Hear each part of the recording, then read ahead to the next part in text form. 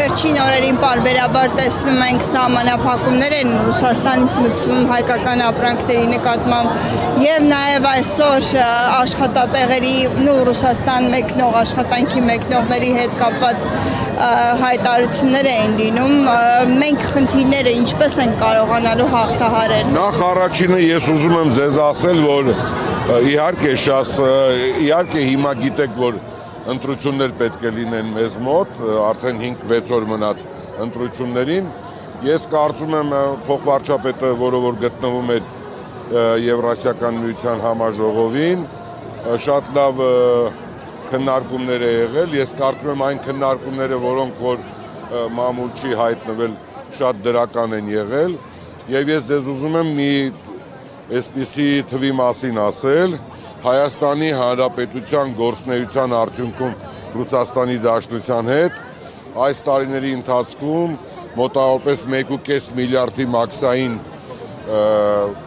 մաքսային ծառայությունները սպասարկելու արդյունքում գումար է կուտակվել, որից 800-ն է եղել Հայաստանի համար նախատեսված։ Մնացած 700-ը Հայաստանը որպես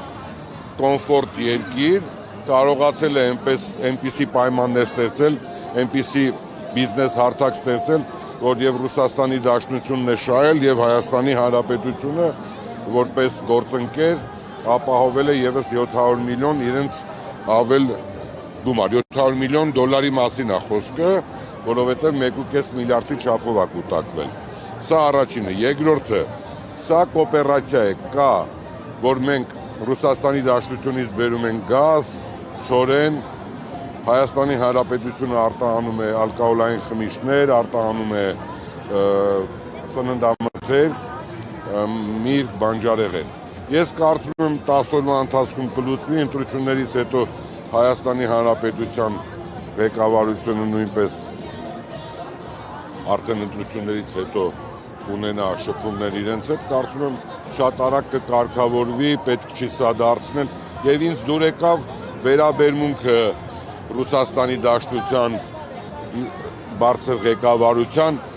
ավելի լավ վերաբերմունք էր, ավելի ճիշտ պատկերացում էր Հայաստանի Հանրապետության տնտեսության մասին, քան մեր ընդդիմության մոտեցումները, մեր ընդդիմության մտքերը, արտահայտությունները, կարծիքները։ Սա ես խնդրում եմ անպայման դուք հաշվի առնեք եւ կարող եք փորձագետների հետ խոսել։ Ռուսաստանի Դաշնությունը գնահատում է Հայաստանի դերը եւ նշանակությունը, Հայաստանի Հանրապետությունը շատ լավ հարթակ է Ռուսաստանի Դաշնության համար եւ ես կարծում եմ միջազգային հարթակներում ուսումնասիրելուց այս վերջի տարիների ամբողջ այդ փոփոխությունները, որոնք որ կան, դժվարությունները, որոնք որ կան, ես կարծում եմ չի բացառում, որ ապագայում Ռուսաստանի Դաշնությունը նույնպես ինչ-որ կարգավիճակով եվրոպական երկրների հետ հարաբերի։ Եթե ուզում եք, ես կարող եմ մի այլ թիվ նույնպես ձեզ ասել եւ ուզում եմ, որ մեր Ռուսաստանի գործընկերները, մեր բարեկամները նույնպես լսեն սրա մասին։ Այսօր ես հանել եմ մի այսպիսի թվաբանություն, Եվրոպայում բնակվում է 450 միլիոն բնակիչ։ Եվրոպայում 450 միլիոն բնակչության համախառն ներքին արդյունքը մեկ շնչին ընկնող 35,000 դոլարին համարժեք եվրո է։ Ռուսաստանի Դաշնության բնակչությունը 143 միլիոն է, իրենց համախառն ներքին արդյունքի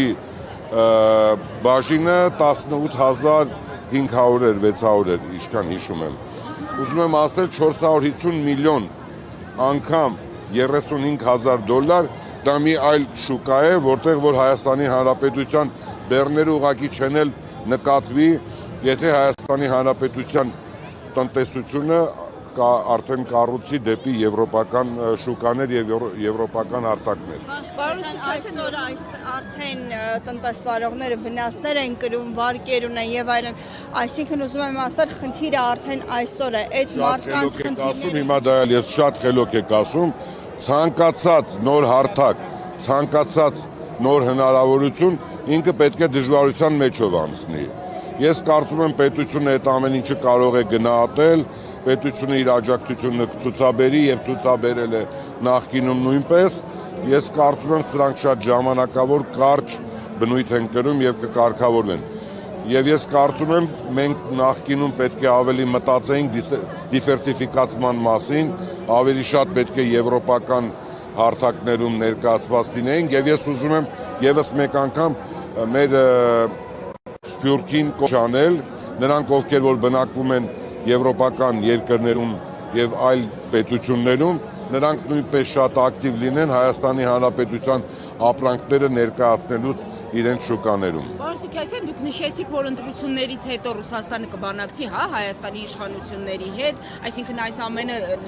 լավատեսությամբ հույս հայտնեցիք, որ այս ամենը կկարգավորվի, բայց տեսեք, Մոսկվան չի էլ թաքցնում անգամ, որ այս իշխանությունը, այս կառավարությունը իրենց մեղմ ասած սրտով չէ եւ ամենատարբեր մակարդակներով ընդհանուր Պուտինի մակարդակով բացասական հայտարարություններ, Ֆրինյուս հեռուստաընկերություն, բացասական հայտարարություններ են հնչում վարչապետ Փաշինյանի ձեր իշխանության հասցեին ներողություն, ինչպես եք պատկերացնում եւ անգամ միջազգային մամուլն է գրում այն մասին, որ Ռուսաստանը փորձում է ազդեցություն ունենալ այս ընտրությունների վրա եւ փոխել այս կառավարությանը։ Ընտրություններում հնարավոր հաղթանակից հետո քաղաքացիական պայմանագիր կուսակցել։ Ինչպես է օրինակ այդ ամենը կարգավորվելու։ Նախ առաջինը ես կարդացել եմ միջազգային մամուլի գրված եւ մտահոգությունները եւ պատկերացումները եւ մոտեցումները։ Սա առաջինը։ Երեք նույնպես մի նոր հոդված եմ կարդացել գիշերը։ Շատ լավ պատկերացնում եմ։ Ես կարծում եմ ներողություն տվեք։ Որը Reuters-ի հրապարակումը Reuters-ն եմ կարդացել, Deutsche Welle-ն եմ կարդացել, այդ որ 50 միլիոն ծախսել են, որ այսքան մարդ կա, այնքան մարդ կա։ Դրանք շատ դեպքերում ավելի շատ լրագրողական բնույթ են կրում, շատ խորը վերլուծություն չի։ Իհարկե դուք լավ գիտեք, որ Հայաստանի Հանրապետությունը ունի օրենսգիր, օրենսդրություն ունի, որով որ մարդիկ պետք է գան այստեղ գնան գրանցվեն, այդ մարդիկ պետք է հասցե ունենան, դա այդքան հեշտ չի։ Հայաստանի Հանրապետություն եկող հոսքերը թե ինքնաթիռով, թե ցամաքով մեր պետական մարմինները կարող են գնահատել, այնպես որ հանգիստ եղեք, իսկ այն որ սա քաղաքական որոշակի բնույթ է կրում, դրա համար ընտրություններից հետո ամսի 7-ից հետո կփոխվի եւ ռետորիկան կփոխվի, բայց ես ասում եմ, Ռուսաստանի Դաշնությունը մեր բարեկամն է, մեր գործընկերն է, մենք Եվրասիական միության անդամ ենք, իրար հետ շատ մեծ առևտուր ունենք, իրար հետ շատ մեծ պատմություն ունենք, այնպես որ մենք ոչ մեկի հետ չենք կռվելու, բոլորի հետ աշխատելու ենք, Հայաստանի Հանրապետության տնտեսությունը զարգացնելու ենք, բանակը հզորացնելու ենք, կրթությունը լավացնելու ենք, առողջապահությունը առավել եւս ավելի ժամանակակից ենք դարձնելու։ Ես կարծում եմ, այս կարգի խնդիրներ լինելու են, երբ որ Հայաստանի Հանրապետությունը ուզում է առավել անկախ լինել, առավել իրավասու լինել, ինքը որոշումներ կայացնի, այսպիսի խնդիրների առջև կանգնելու է։ Բայց ես կարծում եմ, մենք բարեկամական կլուծենք բոլորի հետ, ոչ մեկի հետ չենք կռվելու, աշխատելու ենք եւ մենք օգտվենք իրենցից եւ իրենք մեզանից։ Այսօր Պեսկովն էր հայտարարել, որ մինչև դեկտեմբեր կքննվի ԵԱՏՄ-ին Հայաստանի անդամակցության հետ կապված բոլոր հարցերը։ Դուք ինչ վտանգներ եք տեսնում կամ ինչ եք կարծում, Հայաստանը պետք է անդամակցի ԵԱՏՄ-ին։ Ես նախ առաջինը շատ ուրախ եմ, որ այդ կարգի կշռադատված որոշում է կայացվել դեկտեմբերին քննարկել դա, որովհետև Հայաստանի Հանրապետությունից շատ ուժեր ուզում էին դա ավելի շուտ քննարկվի, շատ ճիշտ կշռադատված որոշում է կայացվել քաղաքական, պետական, որ դեկտեմբերին է լինելու, որի համար ես շատ ուրախ եմ, իսկ դեկտեմբերին իմ ասած եւ թվերը, եւ տնտեսության մեր եւ իրենց առավելությունները ճիշտ կգնահատեն եւ ճիշտ որոշում կկայացնեն, դա այլ հարց է։ Իսկ ես կարծում եմ ընտրություններից հետո այդ կարգի խնդիրները առավել լուծված կլինեն։ Իսկ դեկտեմբերը կմնա ավելի գլոբալ քննարկելու եւ մեր ներկայությունը Եվրասիական տնտեսական միությանը եւ Եվրոպային անդամակցելու ապագայի խնդիրը։ Սուքիասյան, բայց միջև Եվրամիությունում ապրանքները վաճառելու մեխանիզմները վերջնական հաստատվեն, Հայաստանի տնտեսությունը արդյոք վնասներ չի կրի այդ։ Կկրի վնասներ, ես կարծում եմ կկրի վնասներ, ինչ որտեղ ճիշտ ասած բանջարեղենի եւ մերքերի արտահանումը ես միշտ դեմ եմ եղել, որովհետև դա ավելի շատ տեխնոլոգիաներ չունեցող երկրներին է հարիր, երբ որ թարմը միրգ են արտահանում, դուք էլ գրագետ մարդ եք, գիտեք, որ դրանցից պետք է ավելի շատ պրոդուկտ ստանանք, դրանք պետք է ճիր դառնան, դրանք պետք է տարբեր պրոդուկտներ դառնան եւ արտահանվեն եւ ամբողջ տարի արտահանեն, ոչ թե մենակ այդ 2 ամիսը։ 2 ամսվա արտահանված ապրանքը անգամներ ավելի ցածր գներով են արտահանվում եւ Հայաստանի Հանրապետությանը շատ քիչ օգուտ է գալի։ Ես կարծում եմ մեր պետությունը ավելի շատ պետք է աջակցի, որպեսզի դրանք վերամշակվեն եւ ամբողջ տարվա կտրվածքով լինեն մեր պահեստներում եւ հետո արտահանվեն։ Եթե ռուսական գազից զրկվենք, Առաջինը ես չեմ կարող ինչ-որ բաներ ասել, բայց ուզում եմ ձեզ ասել, որ հանգիստ եղեք, այն գազը, որը որ վերջնական արդյունքում սպառողին է վաճառվում, դրանից ավելի էժան առաջարկներ կան եւ արդեն շուտվանից կա այդ առաջարկները, կարծում եմ ես չեմ կարող ասել, ուղղակի ես դրսից եմ լսել, մեր իշխանությունները չեն ասել, չէ, ուրիշ երկրից, ոչ, Ադրբեջանը չի, չեմ ուզում ասել, ինձ այլ երկրից ասել են, որ մենք ձեր համար պատրաստ ենք տանք ու այդ գործողությունները գնում է։ Հիմա ես դրա իրավունքը չունեմ, ինձ որպես ընկեր են ասել, որ ես պետական պաշտոնյա չեմ այդ հատվածի, որ ես դրա իրավունքը ունենամ։ Ինձ հետ խոսելուց ասել են մենք պատրաստ ենք։ Եվ մի երկիր չի, ասեմ ձեզ, ասել են, որ մենք այս մասով ենք պատրաստ, այլ երկրի այդ կոոպերացիայով նույնպես կան, այնպես որ այդ մասով էլ համաշխարհային գները շարունակում են աճել, դա ես կարծում եմ որոշակի բալանսի է գալիս, բայց մի բան էլ եմ ուզում ձեզ ասել, խնդրում եմ ճիշտ հասկանանք իրար, եկեք գնացեք բոլորը ձեր մամուլի կենտրոններով ուսումնասիրեք Վրաստանի վերջի 10 տարվա գազի գինը եւ Վրաստանը ումից է ձեռք բերել, ինչ երկրներից է ձեռք բերել եւ ինքը վերջնական արդյունքում սպառողին ինչ գնով է հանձնել։ Եվ ուսումնասիրեք Վրաստանը երբ որ ձեռք է բերել, ձեռք բերելու գինը, սպառողին հանձնելու գինը տոկոսային ինչքան է։ Հայաստանի Հանրապետությունը միակն է աշխարհում, որ 120% է գնի վրա տեղականը բարձրացնում գինը։ Նկատի ունեմ այլ երկրում ձեռք է բերում այլ գնով, Հայաստանի Հանրապետությունում վաճառվում է 120% ավել գնով։ Ենթակառուցվածքների առումով, բայց Ենթակառուցվածքները հայկական չի, նույն կազմակերպությանն է։ Նկատում կարողանալու ենք օրինակ զինվել համապատասխան ենթակառուցվածքներով թարմացնել, որպեսզի մենք այդպես շատ այդ X պետությունից Ես կարող եմ ձեզ մի բան ասել։ Նայեք, այն կազմակերպությունները, որոնք որ Ռուսաստանի Դաշնությունը տիրապետում է Հայաստանում եւ սեփականատերը Ռուսաստանի Դաշնությունն է, բոլորն էլ օգուտով են աշխատում, բոլորն էլ ունեն համապատասխան տնտեսական գործնեության լիիրավ գործնեություն են ծավալում եւ ունեն օգուտներ, աշխատավարձ են տալիս իրենց պետության կառույցներից են, որոնք որ վատ կառույցներ չեն։ Այն կառույցները, որոնք որ Հայաստանի Հանրապետության հետ վերցնենք սորենը վաճառում են Հայաստանին օգուտով, վերցնենք ատոմակայանին համապատասխան ռեսուրս են վաճառում, վերցնենք Հայաստանում Գազպրոմ Ռուսաստանը կամ Հայաստանը նույնպես շատ օգուտով աշխատում է, վերցնենք երկաթգիծը, այնպես որ իրենք էլ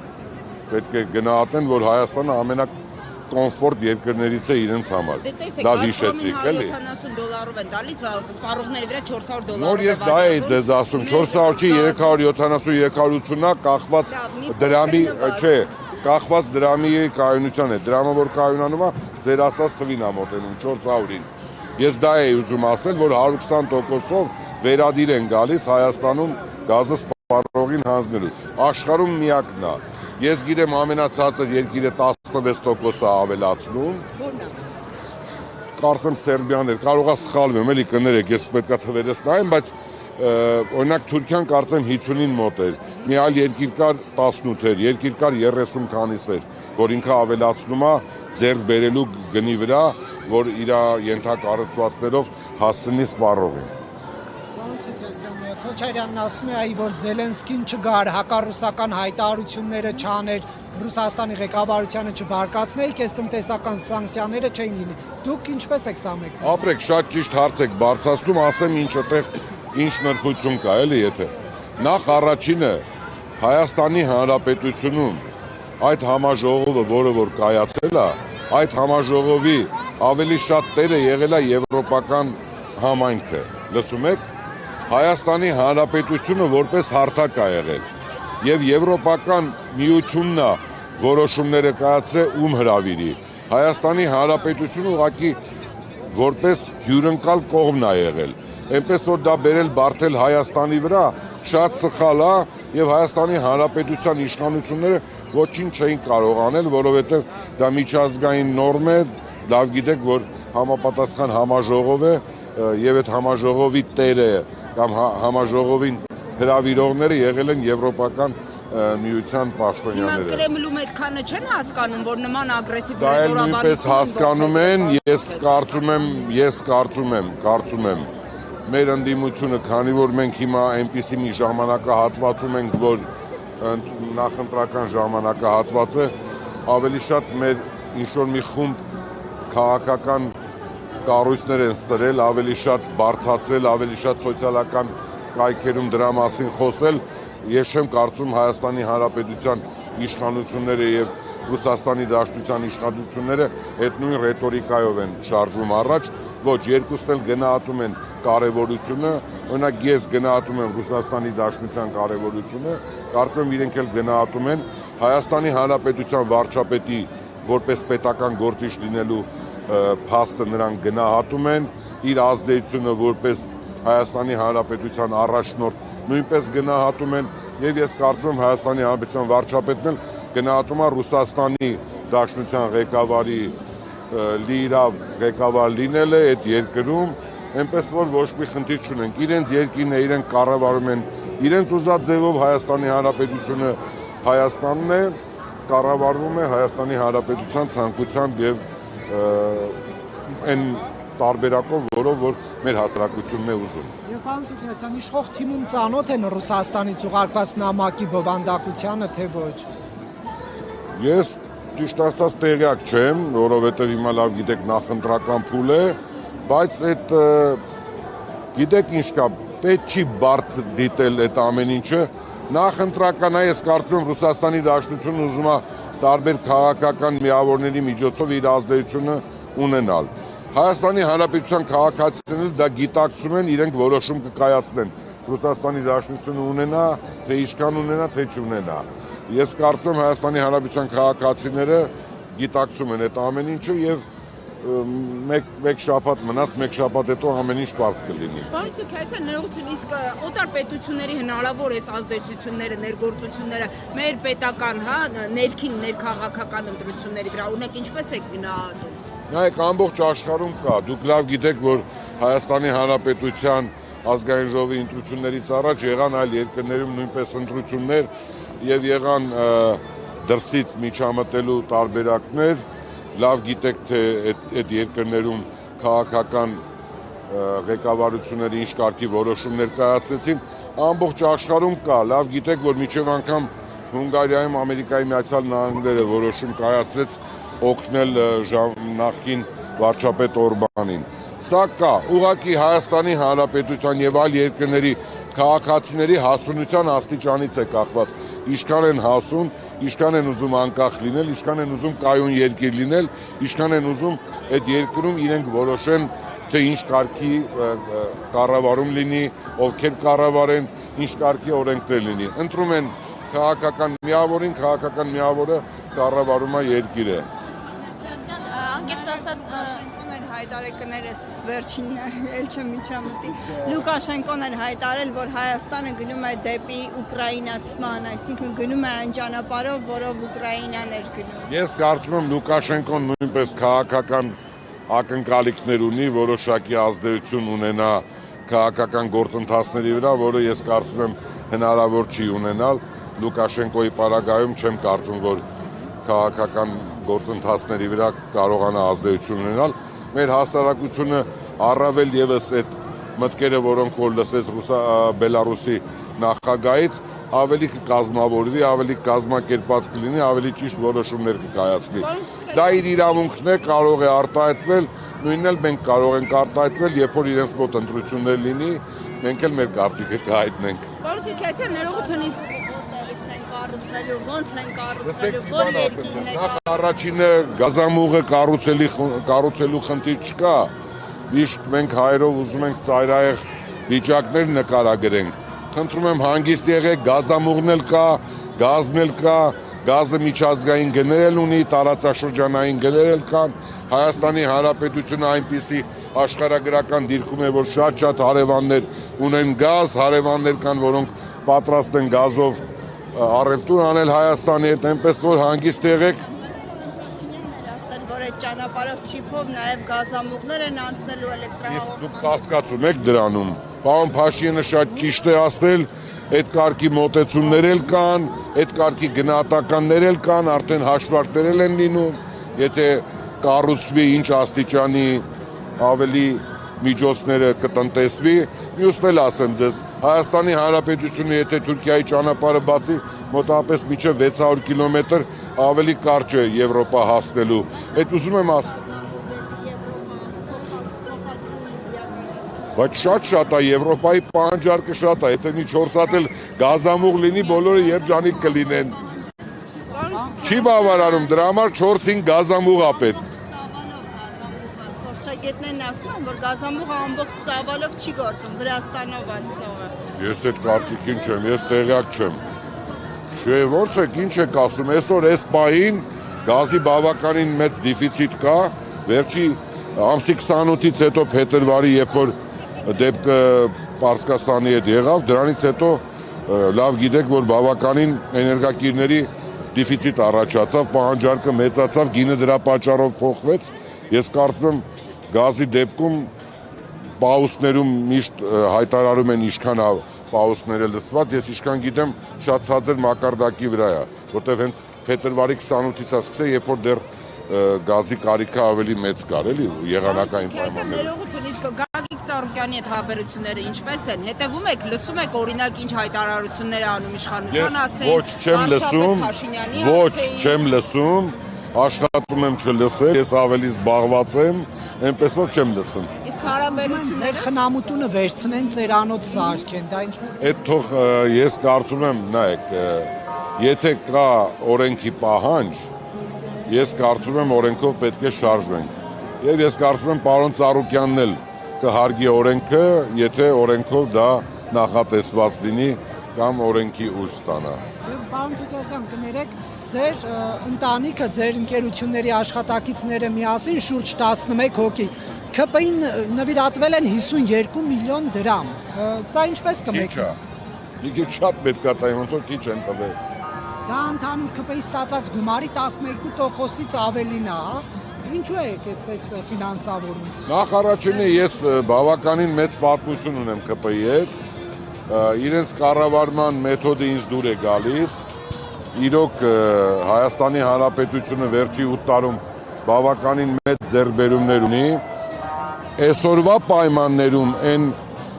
անվտանգային բարձիկները, որոնք որ արդեն դրված են, առաջիկա 2-3 տարում ավելի մեծ թռիչքով ենք առաջ գնալու, տեխնոլոգիական ավելի նոր կարգավիճակ ենք ստանալու,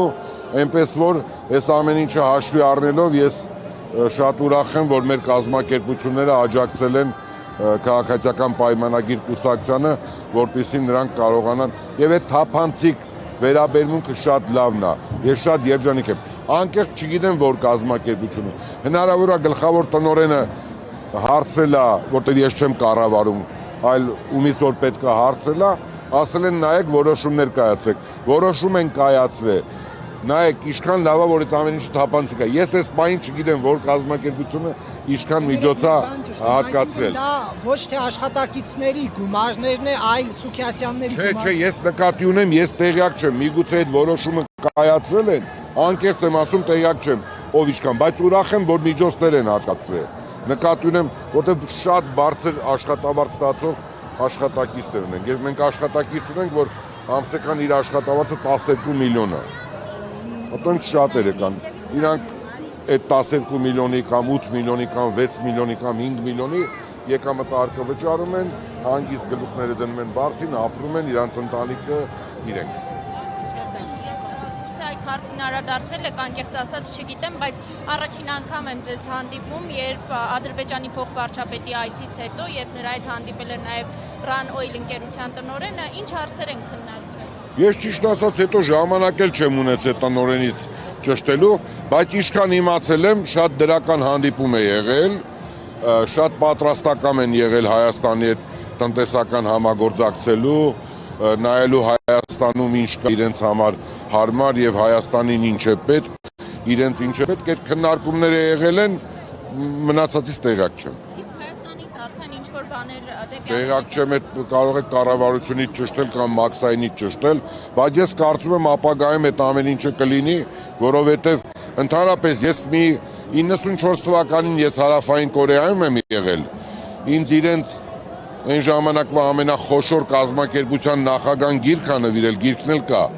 որտեղ որ ինքը ասում է, որ պետք է հարևաններիդ հետ կոոպերացիա ունենաս, իսկ ես հետո երբ որ տնտեսությունները կառուցվածքները ուսումնասիրեցի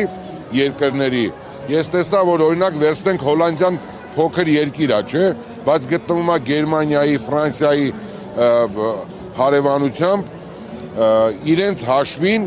կոոպերացիան շատ մեծ է եւ համախառն ներքին արդյունքի մեջ եւ Ֆրանսիան, եւ Գերմանիան, եւ Բելգիան, եւ Անգլիան մեծ մասնաբաժին ունեն։